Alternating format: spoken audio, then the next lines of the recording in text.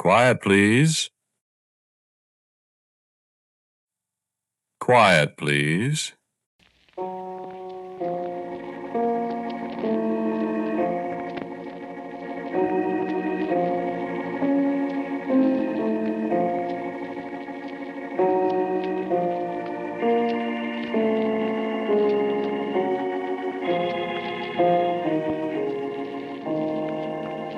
The American Broadcasting Company presents Quiet, Please, which is written and directed by Willis Cooper, and which features Ernest Chappell. Quiet, Please for today is called Adam and the Darkest Day.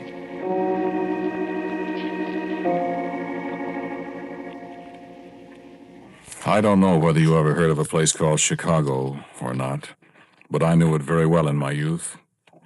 I've forgotten how long ago that was, even. There was a lake, beautiful big wide lake that could be bluer than the sky of a summer morning or gray as... That's odd. I can't think of anything that's gray the way the lake was on a stormy day. Gray like the trees used to be. No, more alive like the gray of steel. Steel? Well, that's the metal we used to have. Forget about it. I used to go down and walk along the lakefront years and years ago, before the dark days. Just walk along the shore and smile at the lake, and it would smile back at me. And it didn't smell salty and fishy the way the ocean does. Oh, yes, I've seen the ocean, too. Both oceans. There are two of them. I forget their names. And even during the dark days when Doc said it was safe to go out, I'd go out of a morning and walk along where the lake shore used to be. It's all swamp now, and there are some pretty weird things in it. Things that used to be fish once, only they've gone through a lot of changes, and they're not fish anymore. Mutants, Doc said they were, things that have gone through mutations, changes. I don't understand it, but it's interesting. Doc said they might even get to be human beings in another 15 or 20 million years, if they're left alone. Doc said that's the way human beings started originally. The only difference, Doc said, is that it took a couple of million years for the first changes to take place. And with these fish things, it took place practically overnight. Of course, it was a pretty long night.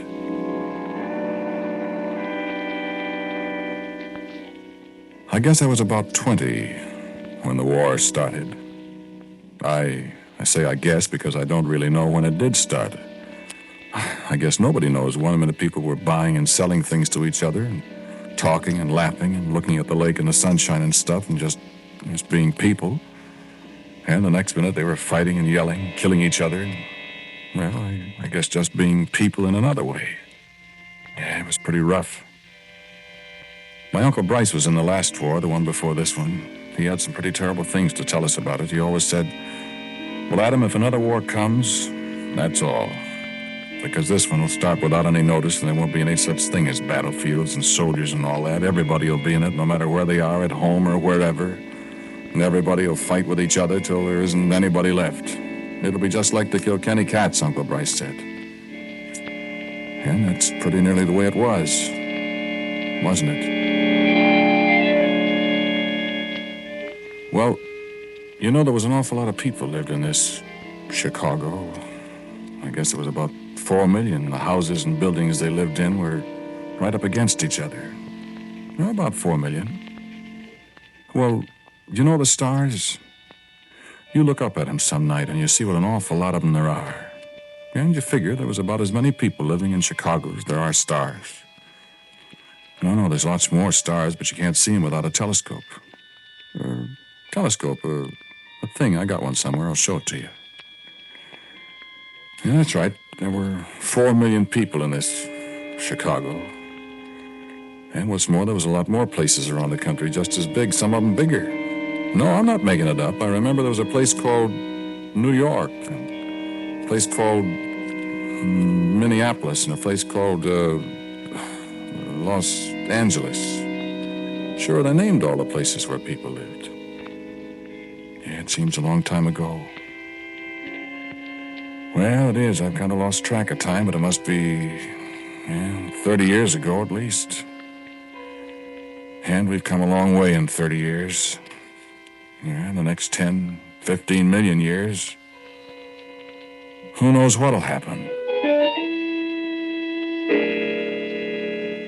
Well, after the war started, this Chicago, was pretty well destroyed.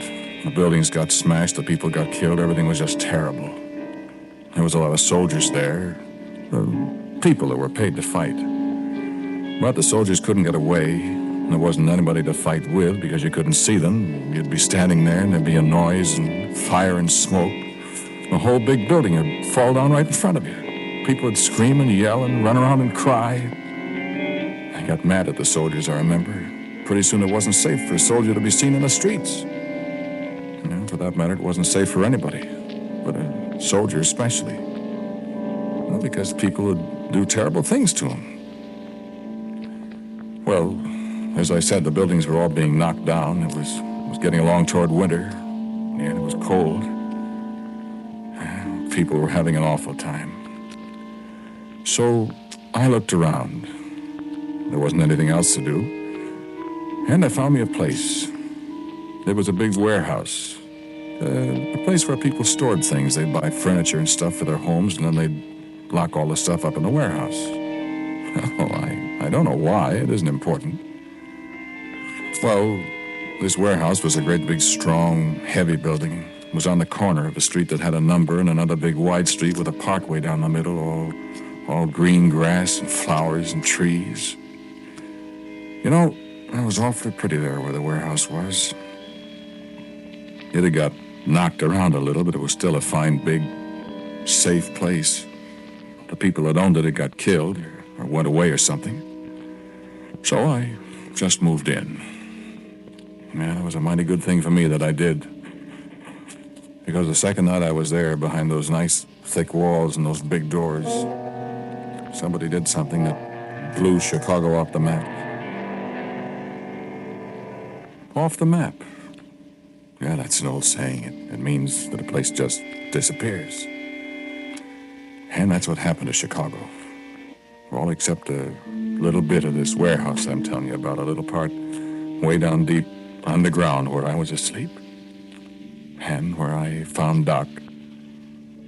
And I found Emily. I didn't know anybody else was there. My head hurt. It just seemed as if I couldn't hear anything or see anything, even feel anything, except my head hurting for the longest time. And finally I was able to get up. It was black dark. I moved around a little. I got up. I thought I could walk there in the darkness. And then somebody took hold of my arm. Who are you? I'm Adam. You're what? Adam. What are you laughing? Boy, if I'm not badly mistaken, they gave you the right name. Huh? Well, that's just a little gag, son. You all right? My head hurts. Who are you? Well, my name is Fred Straley. Well, Everybody calls me Doc. That is, when there was everybody. How do we get out of here? Well, there was a door someplace. I expected there would be. What happened? Well, that I don't know, son, but whatever it was. Hey, wait a minute. Where are you? Here.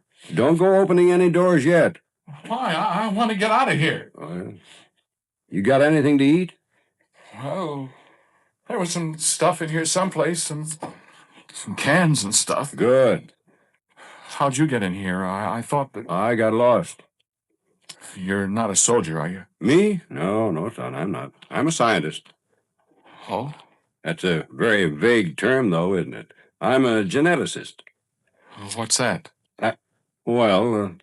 Let's say that I kind of study. Well, you know what biology is? No.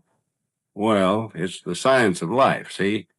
My racket's a special part of biology. Oh. What's the matter?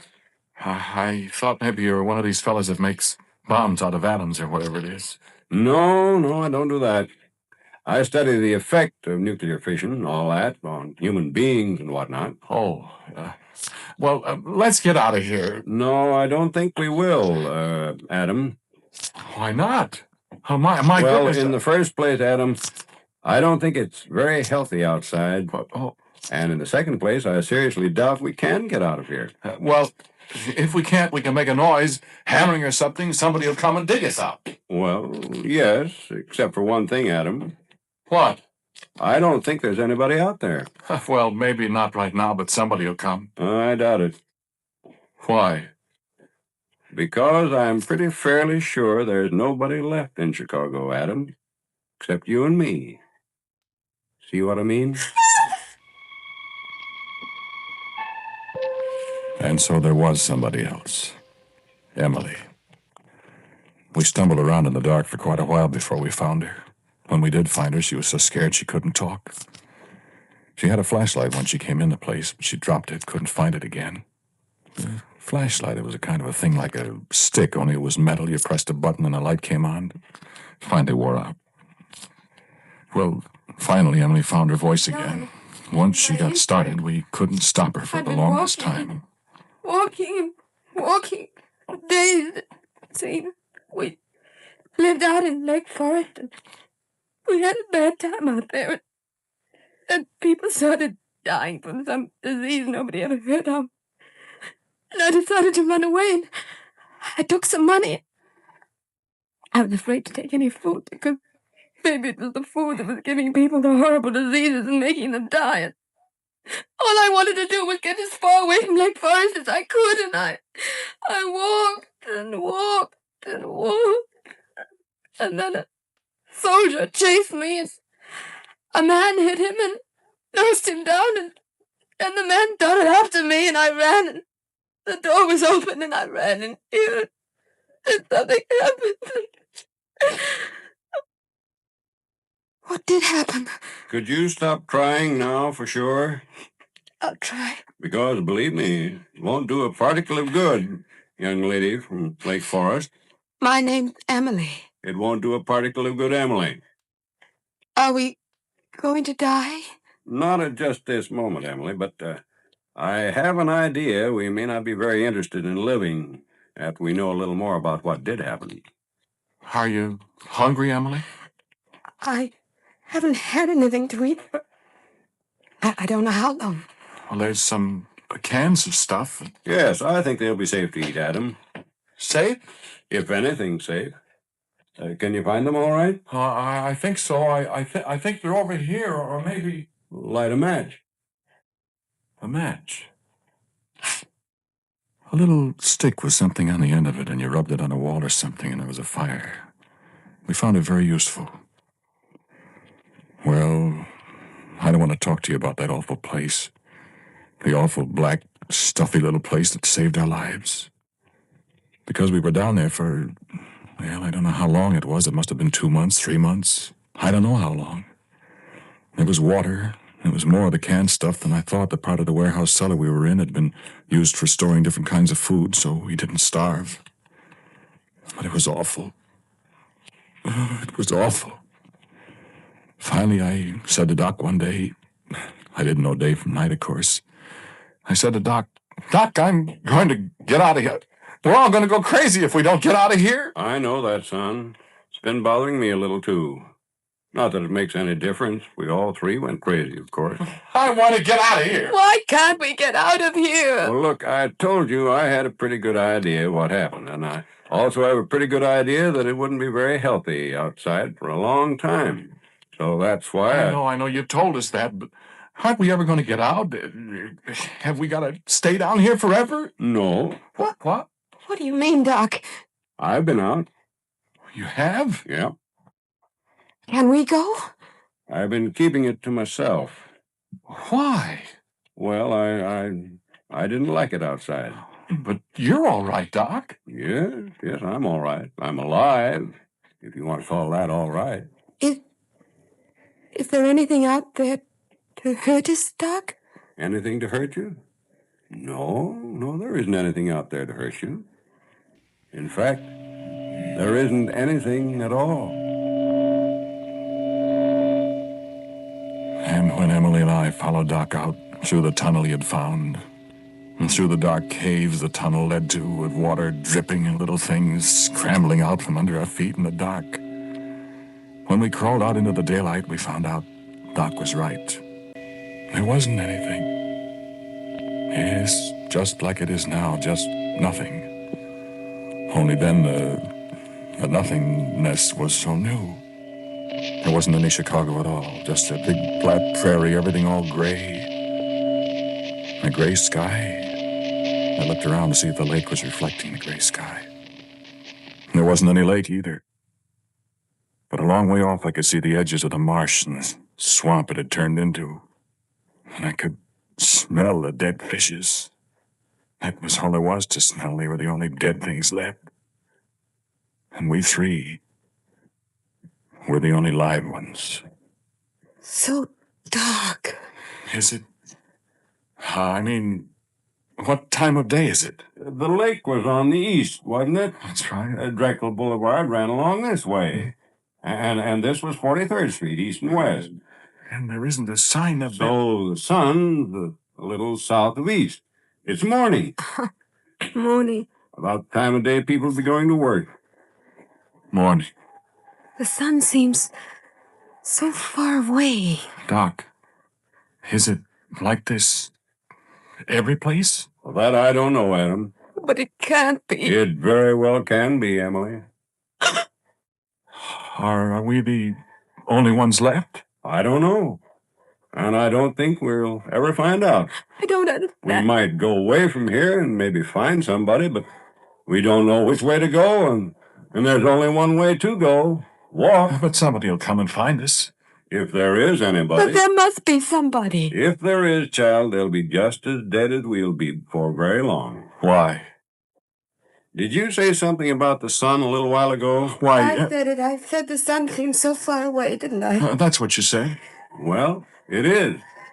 Is what? Far away. And we're getting farther away from it every second. I don't get that. Now, let's go back, shall we? Cold out here. This is what Doc told us down there in the cave where we'd found each other. This is what we listened to sitting there in the half-dark, the feeble daylight filtering in through a hole we made in our roof. Think of us sitting there, Emily's hand in mine, Doc not looking at us as he talked. This is what Doc said. Listen. We had this figured out quite a while ago, Ross Wilson and I. We were pretty sure what had happened one day when the right kind of bomb went off. We knew what the physical effects would be on cities, on the surface of the earth, on people. And we guessed what might happen if a giant bomb were set off. A bomb big enough to do what this one did. We worked on it for years. Well, we had whole books of mathematical calculations. Tell us, Doc. Well, the Earth used to revolve around the sun. The sun was 93 million miles from the Earth. Doc, why do you say used to? Why do you say was? Well, because we suspected that a heavy enough blast of nuclear fission would throw the Earth out of its orbit. What's that, Doc? Well, you take a rubber ball on a string, you swing it around in a circle. Now, that circle's its orbit. The string is the sun's attraction that keeps it moving evenly. So I get it. And then somebody comes up and hits the ball with a stick while it's going round and round. Yes. And what happens? The ball flies off at a tangent. That's right. Well, that's what's happened to the Earth. The Earth has left its orbit, children, and this explosion did it. Set it off like a rocket, in a way. And so we're all of us, we three and whoever's left, we're off on the biggest joyride that ever happened. What's going to happen, Doc?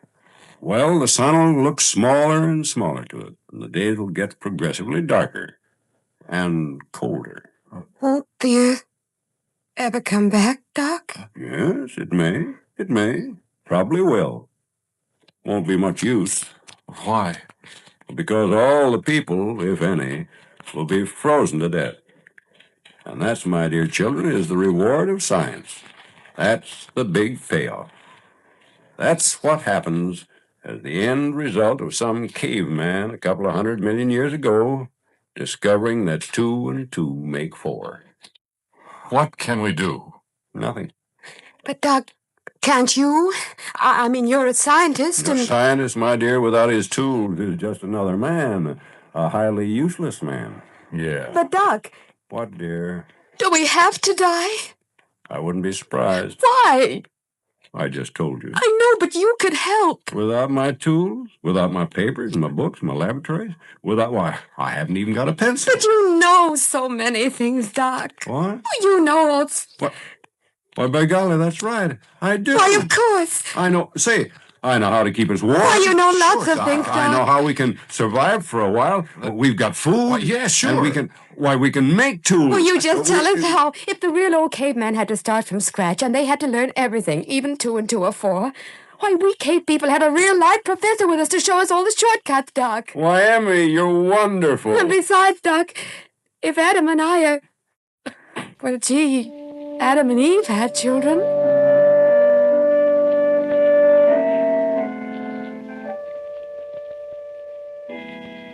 And the dark days thus began. Daily the sun grew smaller, and daily the cold grew more and more bitter. In the month there was no daylight, only a kind of heavy twilight over all the gray prairie. The little sun was red and tired looking in the sky where the stars never stopped shining. Doc showed us how to make our cavern not comfortable, but livable. The cold grew more awful. We huddled together over our little fire, existing rather than living. We'd insulated the place, following Doc's directions. Once in a while, we went out into the dead world, faced the frightful cold for a minute or two, to look at the dwindling sun, to see if we still fled from it. We talked very, very little, for our very breath froze at our lips. Doc, will we ever go back? We've got to go back. All the laws of nature. And time went on and on and on. And we knew that we 3 were all that the world held of living people. We were very close to death. And Doc still encouraged us. No, a day'll come. A day'll come, Adam. Oh, I'm so cold. Hold me, Adam. A day'll come. A day'll come that'll be the darkest day of them all. And that'll be the best day, Emily. Why, Doc? Why, that'll be the day when the earth reaches the end of this wild runaway ride. That'll be the day when we stop and start back. But maybe we'll not be here to see it. Oh, we will, Adam, we will. And Adam, listen. What? Are you comfortable, Emily? Better. What, Doc? The day, the darkest day. That's the day I'm really going to start teaching you the things you'll need to know to survive. Because I'm older than you kids. I don't know how much longer I'll last. And I want to teach you and your children. It's pretty frightening, Doc. Is anything frightening now, Emmy? Nothing anymore, Doc. A brand new world. And Doc told us the secrets of the 9 planets. Sometimes we dared that frigid outside air to look up into the strange sky. It was always dark now. Nothing but the stars and the tiny, withered sun were above us. We saw Saturn's rings and the strange markings on Mars. We saw the Milky Way grow brighter and greater, and the nebulous the Doc told us about.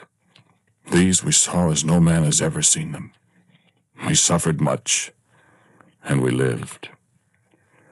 We lived until that day when we could no longer find the sun in the sky, for all the sky was filled with stars, universes undreamed of. And our little sun was far away, and only another star among the billions. That day came, the darkest day the Doc had told us of. That was the day the Doc and I stood outside and saw our sun was lost. The darkest day. And we went back inside to Emily. While Emily slept, we talked. Tomorrow? No, Adam. We won't see any change by one day. In another week, we should be able to see the sun again, to recognize it. By another month, it'll be warmer. The sun will begin to get bigger. And in a few months... It'll be longer than that, Doc. It took us a long time to get way out here. But now we'll return faster, Adam. The sun's attraction, you see. And then what becomes of us? Well, there's so much to teach you. What? Oh, so many things. Yeah, I suppose so. I'm almost afraid. Afraid? Why? Well, science did this to the Earth. Good night. I'll talk to you tomorrow. No, Doc, let's talk some more. I've got a lot of thinking to do, Adam. I promise you, I won't teach you anything that'll hurt you. Good night. When I awoke, and Emily awoke, Doc was gone. I called his name, there wasn't any answer. Emily woke up and smiled at me. I got out and went to the door of the cave. I went on outside. I found Doc. Doc was lying there in the snow outside the door, and he'd opened up his coat and just lay there. And there was a smile on his face, that quizzical, crooked smile I'd got to love so well. And there was a frozen sheet of paper in his hand. Doc had found a pencil somewhere. He'd written across the top of the sheet, "To Adam, for the darkest day." And as I picked it up, I discovered something. Across the snowbank where Doc lay, fell my shadow. I looked up, and there was the sun, a third as big as it used to be, but blinking cheerfully at me and the dead man in the snow. And as I stared, it seemed to grow bigger. I turned and went back into the cave with the paper Doc had left me. Emily, I said. Emily, Doc's dead. Doc left a note for me. I'm going to read it to you. Listen, Emily, I said, while I read it. Dear Adam and Emily, you make your own world without benefit of what I can teach you and your children. Because I'm a scientist, children, and I know too much.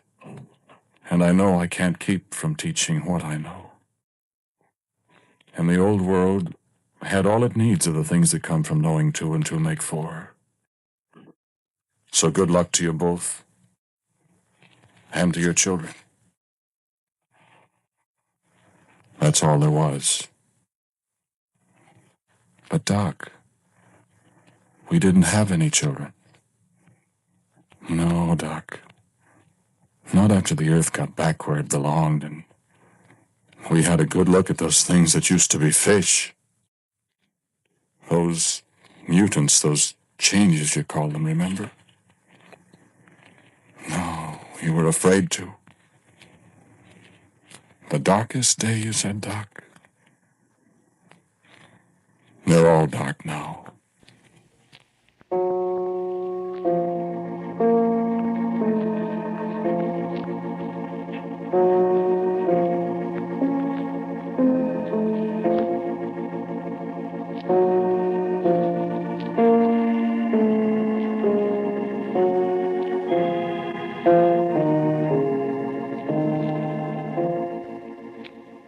The title of today's Quiet Please story is Adam and the Darkest Day. It was written and directed by Willis Cooper. And the man who spoke to you was Ernest Chappell. And William Adams played Doc.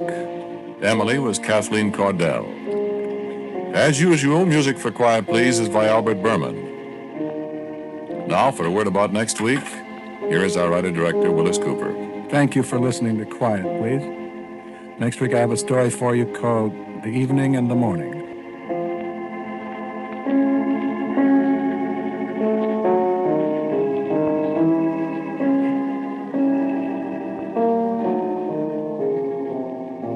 And so, until next week at the same time, I am quietly yours, Ernest Chappell.